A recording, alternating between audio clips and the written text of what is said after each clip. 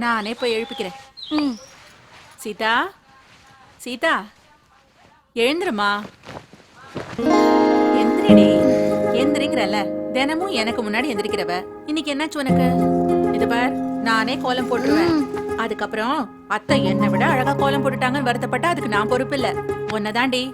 ஏய், எந்திரின்னு சொல்றேன்ல, என்ன அவ்வளவு சோம்பேறித்தனம்? எந்திரிடி. அட, எப்படி எந்திரிச்சு ரெடியான? எப்போன்னா எப்பவோ. ஒன்ன மாதிரி தாண்டி பொம்பளை பிள்ளைங்க இருக்கணும். மனசுக்கு ரொம்ப சந்தோஷமா இருக்கு. அப்படின்னா நான் தான் லேட்டா எந்திரிச்சிருக்கேன். நாகமணி, பால்காரன் பால் கொண்டு வந்துட்டானா? மறந்து போயிட்டேன். பூமி தாயே, நான் வைக்கிற ஒவ்வொரு அடியும் உன்னை மிதிக்கிறதா நினைக்காம மொத்தமா நினைச்சுக்கோ. சீதா, வர பாட்டி.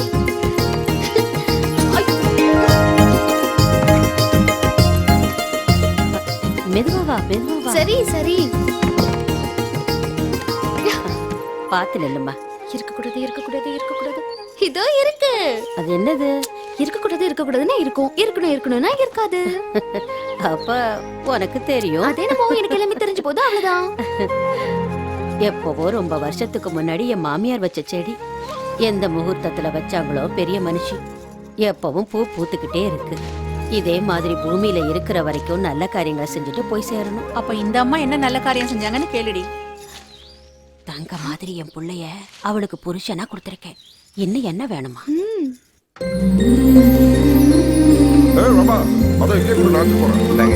வரங்க.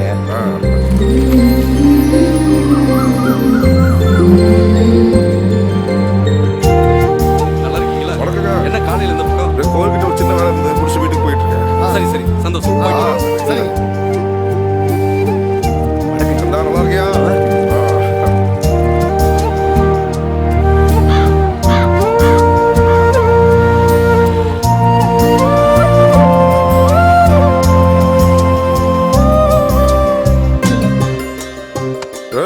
என்னடா பார்த்தும் பார்க்காத மாதிரி போற?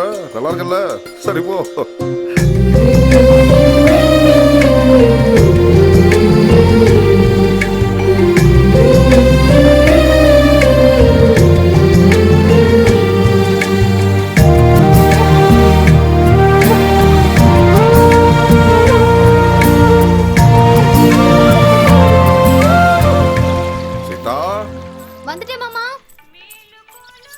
சீதா அவரோட சொந்த தங்கச்சி பொண்ணு. யாருக்கு என்ன தேவை, யார் மனசுல என்ன இருக்கு அப்படிங்கிற எல்லா விஷயமும் சீதாவுக்கு தெரியும். சேலை ரொம்ப நல்லா இருக்குமா? ரொம்பனா ரொம்ப. அத்தைங்க.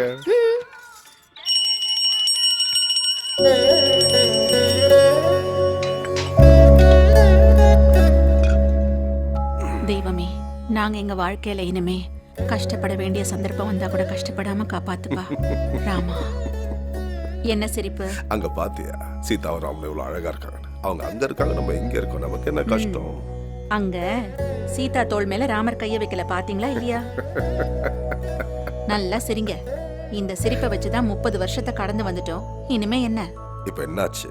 என்ன இப்படி கேக்குறீங்க? பிள்ளைங்க காலகாலத்துல 4 காசு சம்பாதிச்சு கல்யாணம் பண்ணிக்கிட்டு பேரன் பேத்திகளோட இந்த வீடு நிறைஞ்சிருந்தா எவ்வளவு நல்லா இருந்திருக்கும். அந்த பெரியவன் பேச்சே கேட்க மாட்டான், இந்த சின்னவன் பேசியே எல்லாரையும் மயக்கிடுவான். என்னவோ. சரி விடு, அவங்க வாழ்க்கைய அவங்க பாத்துக்க மாட்டாங்களா? அவங்க தான் பாத்துக்கணும். அவங்க பார்க்கலன்னா யார் வந்து பாப்பாங்க?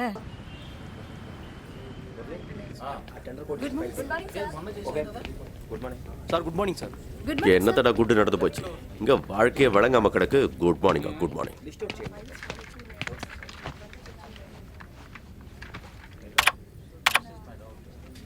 கம்ப்யூட்டர் அடிச்சு வேலை பார்க்கறது உலகத்திலே இவன் ஒருத்தனா தான்டா இருப்பான். சிரிச்சா கூட பிடிக்க மாட்டேங்கிறா Babu.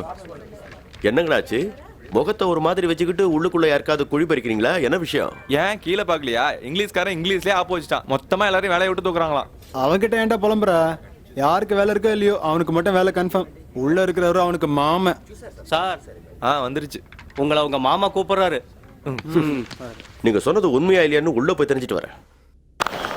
Tendulkar on his way. நமக்கு எதுக்குங்க டென்ஷனும் டைம் வேஸ்டும்? நமக்கு தேவை மெயின் இதுதான். டிவி ஆஃப் பண்ணிட்டு நீங்க போய் உங்க வேலையை பாருங்கன்னு இன்டைரக்டா சொல்றீங்களா?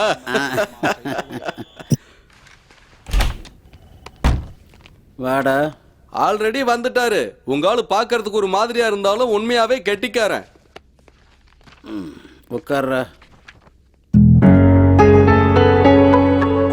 இந்த கான்ட்ராக்ட் வேலையை எவ்வளவு நாள் தான் நம்பிக்கிட்டு இருப்ப?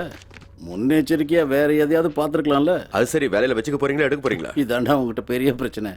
நமக்கு தெரிஞ்சவங்க கூட எந்த ஹெல்ப்பும் பண்ணலன்னு நீ நினைச்சிடக்கூடாது இல்லையா? எல்லாத்தையும் இன்னொருத்தர் சொல்லியா தெரிஞ்சுக்கணும். ஸ்பீடு வேணும்டா, ஸ்பீடு. ஏதாவது புதுசா சொல்லுங்க மாமா, ஏற்கனவே கடுப்பா உட்காந்துருக்கேன்.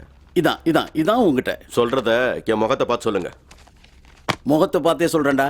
வெளியில 24-25 வயசு பசங்க லட்சம் ரூபாய்க்கு மேல சம்பாரிச்சிட்டு இருக்கானுங்க. அவங்களோட போட்டி போட்டா நம்ம நிலைமை என்ன ஆகுன்னு கொஞ்சமாவது யோசிச்சு பார்த்திருக்கியா?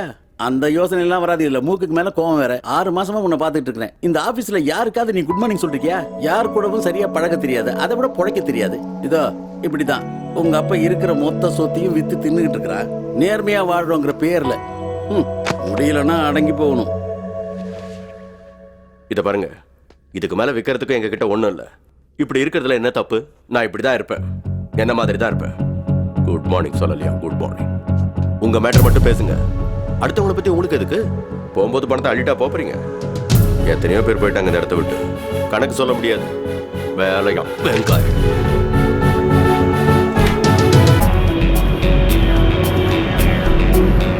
கரெக்டா 3 வருஷம் ஆச்சுடா பஸ் ஏறி வந்து 30 இன்டர்வியூ அட்டன் பண்ணிட்டேன். இந்த ஐடி ஜாப்பால வேற எந்த வேலைக்கும் போக முடியல. டேய் அதை குடுறா, நிம்மதியா ஒரு தம்மாவது அடிக்கலாம். அடிச்சு போய் சேருங்க. பூமியில இருந்து என்ன பிரயோஜனம்? இந்த இடுப்பு எங்க போய் செஞ்சாயோ? இவ்வளவு சின்னதா இருக்கு. பாக்குறதுக்கு அழகா அப்பாவி மாதிரி இருக்க, ஆனா பேச்சு பாரு. உன்னை இப்படி கெடுத்தது இந்த பொறுக்கி பசங்கள தான் இருக்கும். மூஞ்சிங்களை பாரு. என்னடா மச்சா அது? கமெண்ட் பண்ற உன்னை விட்டு எங்களை காலி பண்றா? இதே எங்க மதுரையில பேசியிருந்தா என்ன ஆயிருக்கும் தெரியுமா? நாங்களும் மதுரை தான். மேல மாசி வீதியில எங்க வீடு. மச்சான் நீயே டீல் பண்ண. ஹலோ, உனக்கு 60 வயசு ஆகும்போது வயசுல என் பின்னாடி நிறைய பசங்க சுத்தினாங்கன்னு சொல்லிக்கிறதுக்கு கொஞ்சம் மெமரிஸ் வேணும்ல. முடிஞ்சா என்கரேஜ் பண்ணி என்ஜாய் பண்ணு. பிடிக்காத மாதிரி ஆக்ட் பண்ணாது. டைம் ஆச்சு, காலேஜ் போங்க. வர்றப்ப நல்லா தான்டா இருந்தா. உன்னை பார்த்து தான் அவளுக்கு வாய் அதிகமாயிடுச்சு. வீட்டில் ஒருத்தர் செட்டில் ஆகிட்டா போதுண்டா. அவனை வச்சு மற்றவங்க எல்லாம் நல்லா வாழ்ந்துடலாம்டா. சின்ன வேலை பெரிய வேலை இல்லடா, ஏதாவது ஒரு வேலை கிடைச்சா போதும். இப்போ எங்க அப்பா கோடி கணக்கில் சம்பாதிச்சு வச்சிருக்காண்டா. என்னையும் சம்பாதிக்க சொல்லி டார்ச்சர் பண்றான்டா. சொல்றா. டேய் என்ன சொல்லு? டேய் கேக்குது, சொல்லுப்பா. நான் நீ வேலையை விட்டேன்டா. சரியா போச்சு. முருங்கை மரம் ஏறிட்டான் போல இருக்க. வேற ஏதாவது வேலை பார்த்துருக்கியா? இன்னொரு வேலைங்கிறது அப்புறம். இப்போதைக்கு இந்த வேலையை விட்டேன், அவ்வளவுதான். எப்படிடா முடிவு எடுக்க முடியுது உன்னால? இப்படி நமக்கு அவ்வளோ டேலண்ட் இல்லப்பா.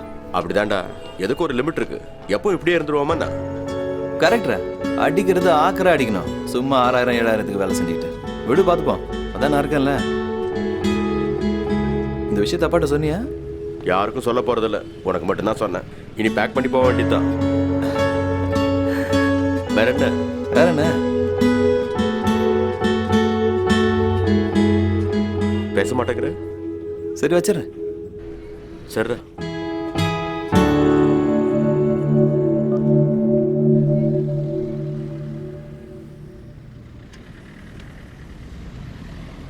எல்லாத்துக்கும் ஒரு லிமிட் இருக்கும்.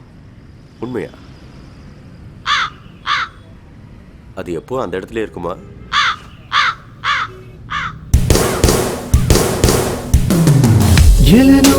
கோடி பேரிலே எவரும் அறியாய் போலே வாழ்ந்து வீணாய் போகாதே மனிதனியும். பாய் தேய்ந்தால் பாவம் சேரும், செருப்பு தேய்ந்தால் வாழ்க்கை உயரும். மனதில் இதைத்தான் வைத்து நீயும் வாழ்க்கையில் உயரும்.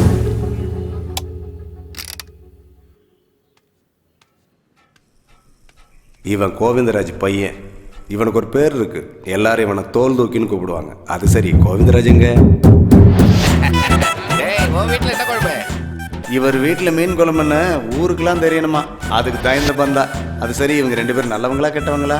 அந்த விஷயத்தை கடவுளே கேர் பண்ணிக்க மாட்டாரு. நமக்கு எதுக்கு?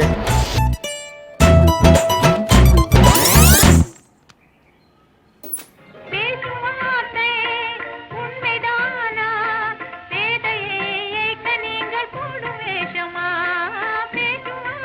என்னங்கடா சீட்டு போட்டீங்களா? ஜோக்கர் யாருக்கு வந்துச்சு? யாருக்கும் வரலையா?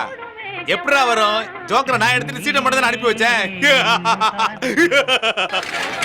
இத திங்கிறதுக்கு பணியாரம் திங்கலாம்ல? ஏய் வந்த வேலையை பாடுறா. துபாய்க்கு போறேன்னு சொன்ன, நீ போகலையா இல்ல அவங்க வேணாம்னு சொல்லிட்டாங்க? வாழணும்னு முடிவு பண்ணதுக்கு முன்னால எதுக்கு வெளிநாடு போய் சாணியலோன்னு? நம்ம ஊர்ல எங்க வேணாலும் கக்கா போலாம், எங்க வேணாலும் உச்சா போலாம், எங்க வேணாலும் துப்பலாம். நீங்க இப்படி பேசிதான் நாசமா போறீங்க. உருப்படவே மாட்டீங்க. உருப்பட சான்ஸ் கிடைச்சாலும் உருப்படவே மாட்டீங்க. ஏய் முத்துப்பாண்டி அவருக்கு இருக்கேன்டா. என்னது? அவன் நம்ம சொந்தம் மாமா மரக்காரன். முருகேசன் நல்லா இருக்கியா? நல்லா இருக்கீங்க. ஏங்க அங்க பாருங்க எப்படி சிரிச்சிட்டு வர்றாரு பாருங்க. அவர் சிரிப்பை பார்த்தா செத்தவங்க கூட உயிரோட எந்திரிச்சு வந்துருவாங்க. சும்மா அடுத்தவனை புகழாம வேலையை பாருங்கடா, நாடு உருப்படும். சரி அது இருக்கட்டும், நீயும் உன் பிள்ளையும் எப்பயாச்சும் அவர் மாதிரி வாழ முயற்சி பண்ணிருக்கீங்களா? என் புள்ள சரியா இருந்தா அடுத்தவனை பத்தி நான் ஏன் யோசிக்க போறேன்? சீதாவை கூட கல்யாணம் பண்ணி வச்சிருப்பேன். ஏய் என்னடா சீதா அம்மா மேல கூட கண்ணு வந்துருச்சா? அட போடா, யாரு என்ன சொன்னாலும் சீதா அம்மா நம்ம பெரியவனுக்கு தான்டா. சின்ன வயசுலயே அப்பா அம்மாவை இழந்தாலும் மருமகளா தான் பொண்ணை போல வளர்க்கிறாரு ரங்கநாதன். பெரியவனுக்கு தான் பொண்ணு. நீ அம்மா சைட்ல இருந்து பாக்குற, அப்பா சைட்ல இருந்து பார்க்க மாட்டேங்கிற. அதான் பெரவலூர்காரங்க. ரெண்டு குடும்பத்துக்கும் ஆகாது. அதுவும் இல்லாம இவங்க மேல அவங்களுக்கு இலக்காரம். இது போதாதா? நீ நினைக்கிறது நடக்காது அண்ணே. இப்பெல்லாம் பார்த்தாலும் பார்க்காமலே போயிடுறீங்க. கோவிந்தராஜ் அடப்பாவி பிளேட் அப்படியே மாத்தி போட்டு. நான் எங்கடா மாத்தி பேசின? ஒரு மதிப்பு தான். ஏமா பெரிய தம்பி மொத்த துணியும் ஊர்ல இருந்து எடுத்துட்டு வந்துட்டாரு போல இருக்கு. அதனால என்ன, அவர் பாக்கெட்லயே எல்லா பணத்தையும் மறந்து வச்சுட்டு போயிடுவாரு. பார்த்து தொவ. பின்ன இதுல கிடைச்ச 1 லட்சம் ரூபாய் தானே என் பொண்ணுக்கு வரதட்சணையா கொடுத்தேன். கொடுப்ப 1 லட்சம் என்ன 2 லட்சம் கூட கொடுப்ப. கட்டின சேலையை மறுபடியும் கட்ட மாட்டா. இவ வேலை நல்லா தான் இருக்கு. முதல்ல 2 பேத்துக்கும் கல்யாணத்தை பண்ணி வைங்கம்மா. வர மருமகள்ங்க இது எல்லாத்தையும் பாத்துப்பாங்க. ஏன் செய்ய முடியலையா? அப்புறம் அனகாபுத்தூர்ல தங்கச்சி படிக்கிறா. படிப்பு முடிஞ்சதும் அவளுக்கு உடனே பெரியவனுக்கு முடிஞ்ச அன்னைக்கு சாயந்தரமே சின்னவனுக்கும் முடிச்சிருவோம். பெரிய தம்பிக்கு நம்ம பொண்ணு பார்க்க தேவையில்லம்மா, சீதாவையே கட்டி வச்சிருவோம். நான் கட்டிக்க மாட்டேன். இப்ப பாரு ஏய் போயின்னு கூப்பிடுறாரு. பேரை சொல்லி ஒரு தடவையாவது கூப்பிடுறாரா? சீதான்னு பேரை சொல்லி கூப்பிட்டோம் 2 நிமிஷத்துல கட்டிக்கிறேன். ஏய்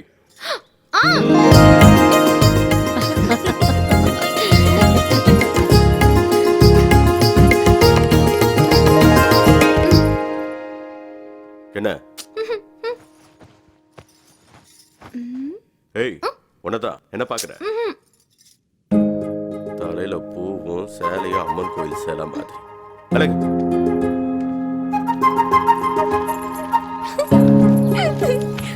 மாமா உங்களுக்கு ஒரு விஷயம் தெரியுமா? பெரியவர் வேலையை விட்டுட்டாரு. உனக்கு எப்படி தெரியும்? அது என்னமோ எல்லாமே எனக்கு தானே தெரிஞ்சு போகுது. ஏய் சீதா, நீயும் இரு, இத கேளு. என்னங்க, ராத்திரி லட்சுமி தேவி கனவுல வந்து ஒரு கையில தங்க சொம்பும் ஒரு கையில வெள்ளி சொம்பும் கொடுத்து உங்க 2 பசங்களோட கஷ்டமும் தீந்து போச்சுன்னு ஆசீர்வாதம் பண்ணாங்க. உண்மைதாங்க. இந்த சிரிப்புக்கு ஒண்ணும் குறைச்சல் இல்ல. அடியே நாகமணி, எங்கடி இருக்க?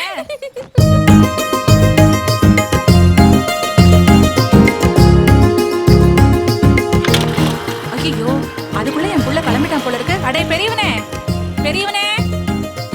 உனக்காக காஃபி போட்டு எடுத்துட்டு வரேன்டா.